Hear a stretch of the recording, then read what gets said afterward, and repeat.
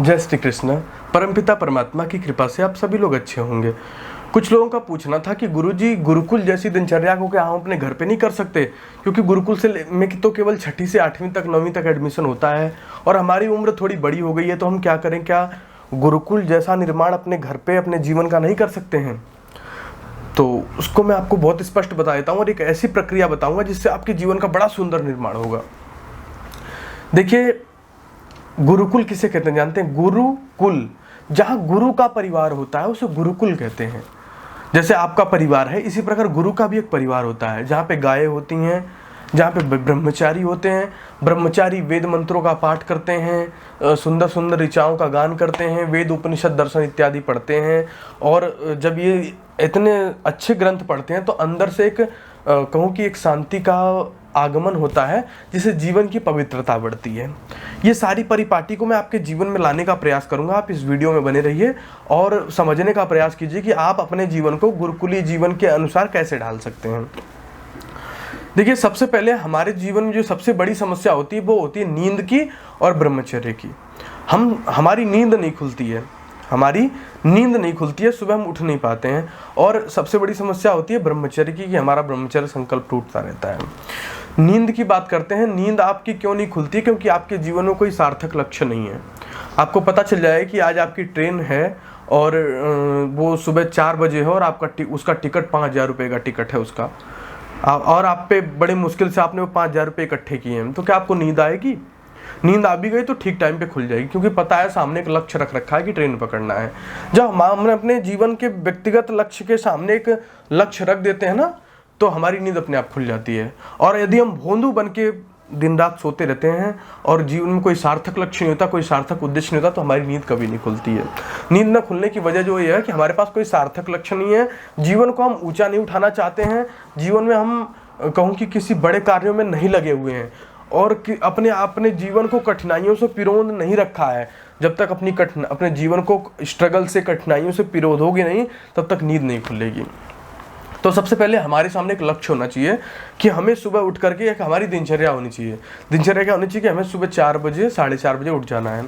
हमें 5 बजे तक बिल्कुल फ्रेश हो जाना है।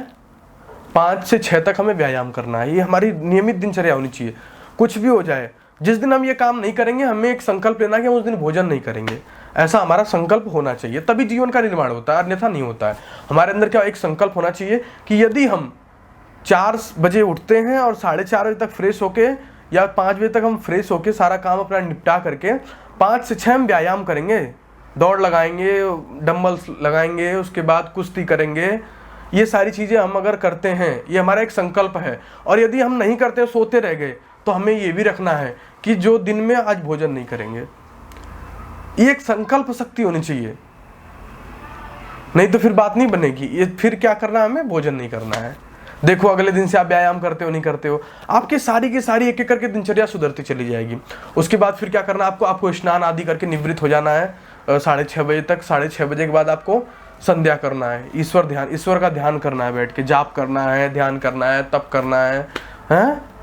वो एकांत में बैठ जाओ, जहाँ कोई आए ना जाए, आपको डिस्टर्ब न करे। गायत्री जाप करो, और भी मैं मंत्र बता दूंगा, उनका जाप करो, ठीक है। इन मंत्रों का जाप करो, आधा घंटा जाप करते रहो। फिर उठो, अपना सबके पैर वैर छू के, जो भी आपके घर में आपके वरिष्ठ हैं उनसे आशीर्वाद लेके, क्योंकि शास्त्र कहते हैं जो अपने घर में, परिवार में बूढ़े बुजुर्ग लोगों के पैर छूता है, उनका सम्मान करता है, उनकी आयु, यश, कीर्ति, विद्या, बल सब बढ़ता है। क्योंकि वो लोग कहते हैं बड़ा अच्छा बेटा है, और उनके मन की जो सद्भावनाएं होती हैं, तरंगे होती हैं, आपको प्रभावित करती हैं, और कहीं ना कहीं आपका जीवन बड़ा खुशहाल बनता चला जाता है। अब उसके बाद फिर आपके जो व्यक्तिगत काम है आप उन्हें कीजिए। उसी समय में सुबह सुबह का प्रयास करिए कि आप शास्त्रों का अध्ययन करना प्रारंभ कीजिए। जैसे आपके घर में भगवत गीता रखिए, आप भगवत गीता पढ़िए। आपके घर में उपनिषद रखें, आप उपनिषद पढ़िए। वेद रखें, वेद पढ़िए। दर्शन रखें, दर्शन पढ़िए। भगवत गीता का आप भाष्य ले लीजिए, आप भगवत गीता पढ़िए, सबसे आसान हो जाएगा आपके लिए। फिर आप उपनिषद का भाष्य मंगा करके उपनिषद पढ़िए। ये आप शास्त्र पढ़ना प्रारंभ कीजिए। शास्त्र से क्या होता है कि शास्त्र से हमारी बुद्धि खुलती है, और शास्त्र को हमेशा फेरते रहना चाहिए, क्योंकि शास्त्रकारों ने कह दिया, अनभ्यासेन विषम शास्त्रम, बिना अभ्यास के शास्त्र विष हो जाता है। क्योंकि गलत जानकारी फिर दिमाग में स्टोर हो जाती है और सही जानकारी निकलती रहती है। इसलिए क्या करना है, अभ्यास भी करते रहना है शास्त्र का। और फिर अपने कार्य में लग जाइए, आपके जो जीवन के कार्य हैं उनमें लग जाइए। दोपहर में ठीक समय पे आपको सुबह आपको ठीक समय पे नाश्ता लेना है, दोपहर में आपको ठीक समय पे भोजन लेना है। उसके उपरांत आप योग निद्रा आदि यदि आपको आती है तो आप योग निद्रा कर लीजिए। आपके ध्यान में बड़ी ही कहूँ कि बड़ी ही सुगमता की चीज़ है, बड़ा ही सुंदर आपके जीवन में प्रभाव डालेगी योग निद्रा यदि आप करते हैं तो। योग निद्रा की पूरी प्रक्रिया मैं आपको कभी समझाने का प्रयास करूँगा। शाम होती है, शाम अपना खेल आदि करने के बाद जो भी यदि आप खेलते वेलते ठीक है ना, नहीं आपके जो व्यक्तिगत जीवन के कार्य हैं उन्हें करते हुए शाम को हाथ पैर धो करके आप संध्या के लिए बैठिए। संध्या क्या होती है? शाम अर्थात हम अब दिन ढल गया है, दिन ढल रहा है और हम अब आपके गोद में आके बैठना चाहते हैं। प्रभु के गोद में बैठ करके संध्या वंदन करिए, उसका धन्यवाद करिए कि आज का भी जीवन आपने काट दिया, इतना सुंदर जीवन मिला, आपका बड़ा धन्यवाद है। इस तरीके से करके प्रभु का धन्यवाद करते हुए मंत्र जाप करेंगे और अपनी आगे की प्लानिंग वालिंग जो भी आपके जीवन का वो बनाते हुए परमात्मा से प्रार्थना करके सच्चे भाव से मंत्र जाप, माला जाप जो भी आप करते हैं वो करिए। उसके बाद उठ करके शांत चित्त होकर के चुपचाप एकाग्रता से भोजन करिए। किसी से शोर शराबा नहीं, लड़ाई झगड़ा नहीं, उससे क्या होता है विचार खराब होते हैं, विचार खराब होते हैं जीवन खराब हो जाता है। कलह क्लेश हमारे मस्तिष्क को भ्रमित करते हैं और इससे पूरा जीवन की कहूँ कि सर्कल पूरा बिगड़ता है। तो हमें क्या करना है कि शाम को भोजन करना है। उसके बाद फिर शाम को अच्छे से भोजन करके फिर हमें भ्रमण करते हुए कुछ श्लोक, अच्छे श्लोकों का या जो आपने शास्त्र अध्ययन किया उनका वो कहूँ कि उनको फेरते रहिए, उसके बारे में चिंतन करते रहिए। फिर दुग्ध आदि लीजिए, फिर थोड़ा टहलते हुए ईश्वरीय चिंतन, सामाजिक चिंतन, व्यक्तिगत चिंतन, जीवन का चिंतन ऐसे करिए। देखिए आपके जीवन में एक अलग ही ज्योति प्रकाशित होगी और आपका जीवन फलता फूलता निखरता चला जाएगा। आप कहेंगे कि वाह, जीवन में कितनी सुंदर चीज़ घटित हो रही है। ऐसी आपके जीवन में एक ऐसा चमत्कार होगा जिसको देख करके आप प्रफुल्लित हो जाएंगे कि ऐसा चमत्कार तो मैंने अपने जीवन में नहीं देखा था। फिर रात्रि में ठीक समय पे सोना है आपको, लगभग 10 बजे तक आप सो जाइए, 10:30 तक आप सो ही जाइए, क्योंकि आपको सुबह 4 बजे 4:30 बजे उठना है। तो 10 साढ़े 10 तक आपको सो जाना है और सोते समय आपको क्या करना है, लघुशंका आदि कर करके सोना है। लघुशंका फ्रेश होकर हाथ पैर धो करके तब सोना है। ऐसे ये मत सोचिए ठंड आ गई है तो नींद खराब हो जाएगी, ये सारी चीज़ें नहीं। हम अगर लघुशंका कर करके सोते हैं लघुशंका करके यदि हम सोते हैं, फ्रेश होके सोते हैं, हाथ पैर धो के सोते हैं, तो स्वप्न दोष की संभावना होती नहीं है, ना मात्र होती है। इसलिए हमेशा लघुशंका करके अपने मन को शांत करके एकाग्रचित होकर 3 बार गायत्री का जाप करके तब हम बिस्तर पे लेटेंगे और हे प्रभु, जैसे दिन तूने अच्छे से बिता दिया ऐसी रात्रि भी अच्छे से बीतनी चाहिए, ये कहते हुए हम अपने बिस्तर पे सो जाएंगे। उसके बाद सुबह उठते ही फिर अपनी जीवन की प्रक्रिया 1 महीने आप ऐसा करिए, आपका जीवन बदल जाएगा।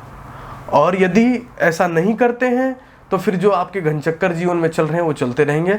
1 महीना आप इस दिनचर्या को फॉलो करके देखिए। दिन में आप अपने काम करिए, मैंने आपको सुबह शाम की केवल दिनचर्या बताई है, दिन की दिनचर्या मैंने नहीं बताई, दिन में केवल भोजन का बताया, वो भोजन आप अपने हिसाब से कर लीजिएगा।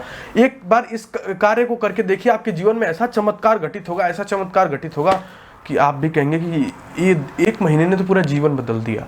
और अब ऐसा बदला है लोगों का, हजारों लोग मेरे संपर्क में हैं, मेरे शिष्य विष्य हैं जिनका जीवन बदला है। इसलिए आपको भी क्या करना है, अपने जीवन में यदि बदलाव चाहते हैं तो इस प्रकार की दिनचर्या को फॉलो करना है। मैं गारंटी देके कहता हूँ कि 1 महीने बाद आप आके मुझे बताइएगा कि क्या आपका जीवन बदला नहीं है। आपके जीवन में एक चमत्कार देखने को मिलेगा, आपको वो चमत्कार आपको बहुत ऊपर ले जाएगा। आशा उम्मीद करता हूँ कि आपको ये वीडियो समझ में आई होगी। इतना ही कह करके परमात्मा से प्रार्थना करता हूँ कि आपका जीवन सुखी खुशहाल हो, आप अपने दिनचर्या में सफल हो। और इतना ही कह के अपनी वाणी को विराम देता हूँ। जय श्री कृष्ण।